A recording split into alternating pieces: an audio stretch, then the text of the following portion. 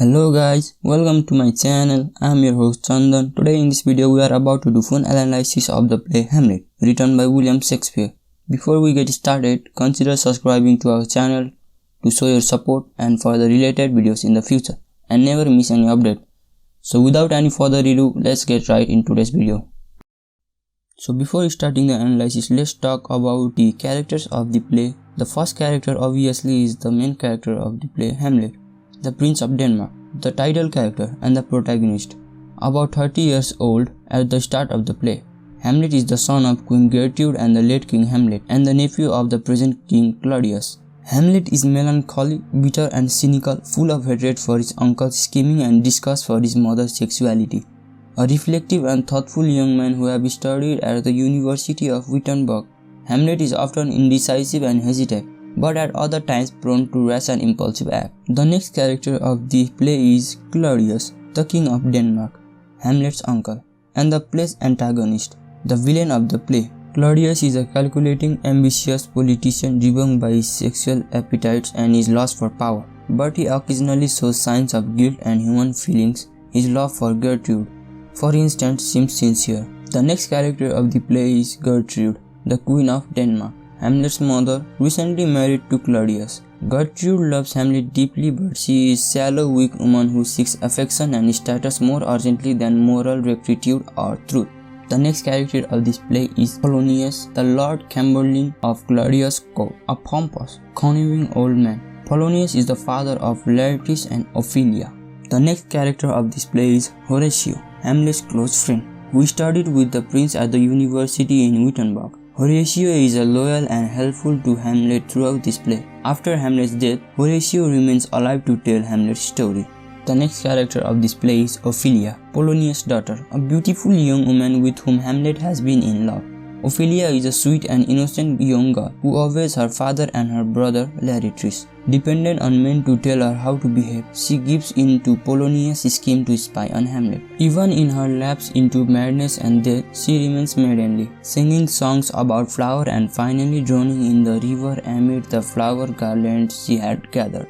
The next character is Laertes, Polonius' son and Ophelia's brother, a young man who spends much of the play in France, passionate and quick to action. Laertes is clearly a foil for reflective Hamlet. The next character of this play is Fortinbras, the young prince of Norway, whose father, the king, also named Fortinbras, was killed by Hamlet's father, also named Hamlet. Now, Fortinbras wishes to attack Denmark to avenge his father's honor, making him another foil for Prince Hamlet. The next character is the Ghost, the spectre of Hamlet's recently deceased father. The ghost, who claims to have been murdered by Claudius, calls upon Hamlet to avenge him. However, it is not entirely certain whether the ghost is what it appears to be, or whether it is something else. Hamlet speculates that the ghost might be a devil sent to deceive him and tempt him into murder. And the question of what the ghost is or where it comes from is never definitively resolved. The next characters are Rosencrantz and Guildenstern, two slightly bumbling courtiers, former friends of Hamlet from Wittenberg, who are summoned by Claudius and Gertrude to discover the cause of Hamlet's strange behavior. The next character is Osric, the foolish courtier who summons Hamlet to his duel with Laertes. The next characters are Boltman and Cornelius, courtiers whom Claudius sends to Norway to persuade the king to prevent Fortinbras from attacking. The next character of this play is Francisco, a soldier and guardsman at ELSINORE. The next and final character of this play is Reynaldo, Polonius' servant, who is sent to France by Polonius to check up on and spy on Laertes. In telling the story of a fatally indecisive character's inability to choose the proper course to avenge his father's death, Hamlet explores question of fate versus free will, whether it is better to act decisively or let nature take its course, and ultimately if anything we do in our time on earth makes any difference. Once he learns his uncle has killed his father, Hamlet feels duty bound to take decisive action, but he has so many doubts about this situation and even about his own feelings that he cannot decide what actions to take. The conflict that drives the plot of Hamlet is almost entirely internal. Hamlet wrestles with his own doubt and uncertainty in search of something he believes strongly enough to act on.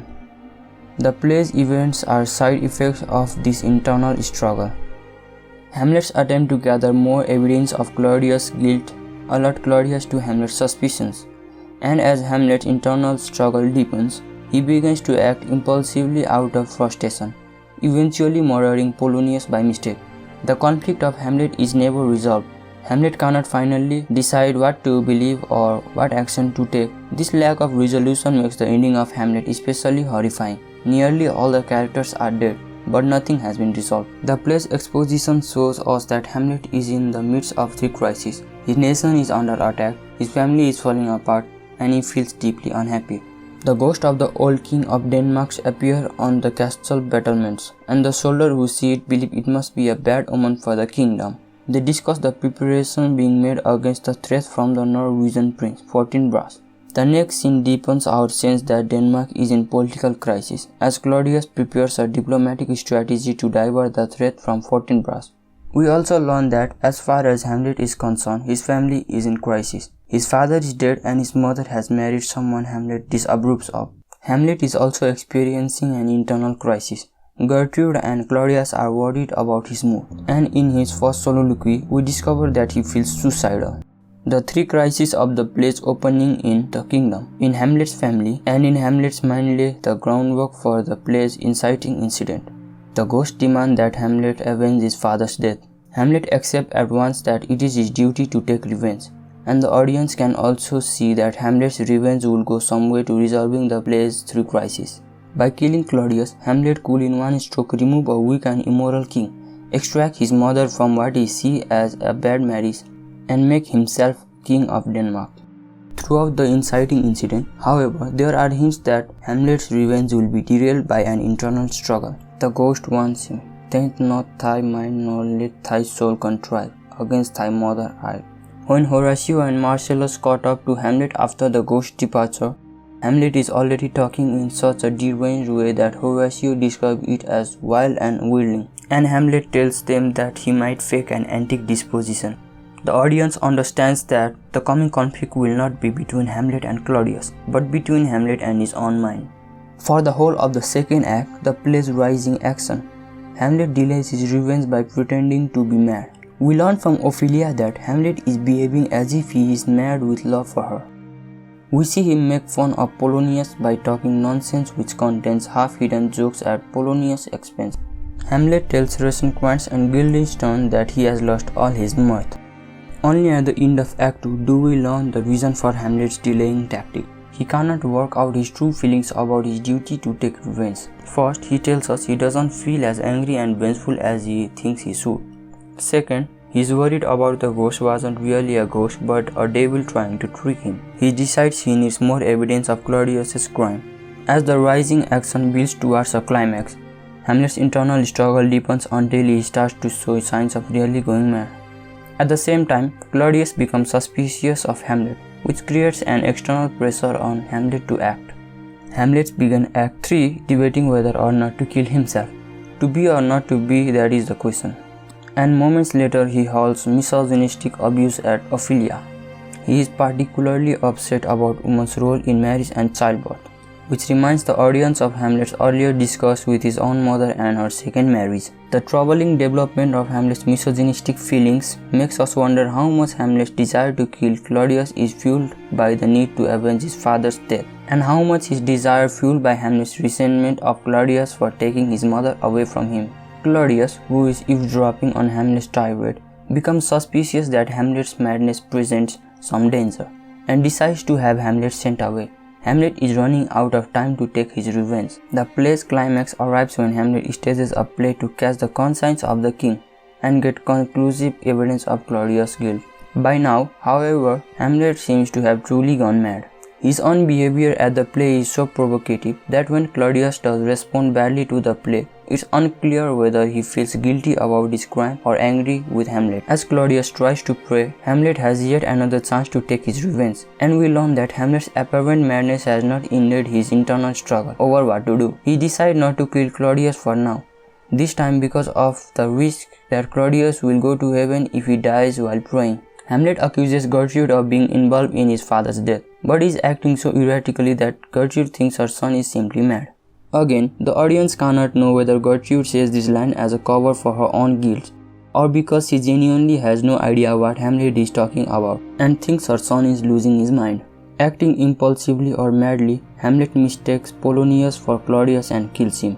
The play's falling action deals with the consequences of Polonius' death. Hamlet is sent away. Ophelia goes mad and Laertes returns from France to avenge his father's death.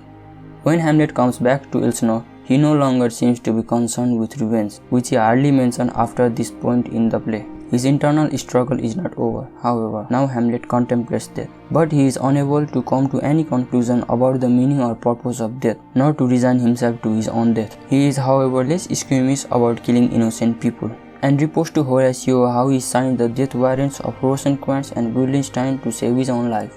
Claudius and Laertes plot to kill Hamlet, but the plot goes away. Gertrude is poisoned by mistake. Laertes and Hamlet are both poisoned, and as he dies, Hamlet finally murders Claudius. Taking his revenge does not end Hamlet's internal struggle. He still has lots to say. If I had time, oh, I could tell you, but let it be. And he asks Horatio to tell his story when he is dead. In the final moment of the play, the new king, Forbintras, agrees with this request. Let us hassle to hear it. Hamlet's life is over, but the struggle to decide the truth about Hamlet and his life is not.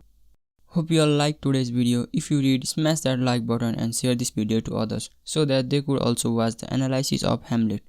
I'll meet you on the next video. Till then, take care, bye.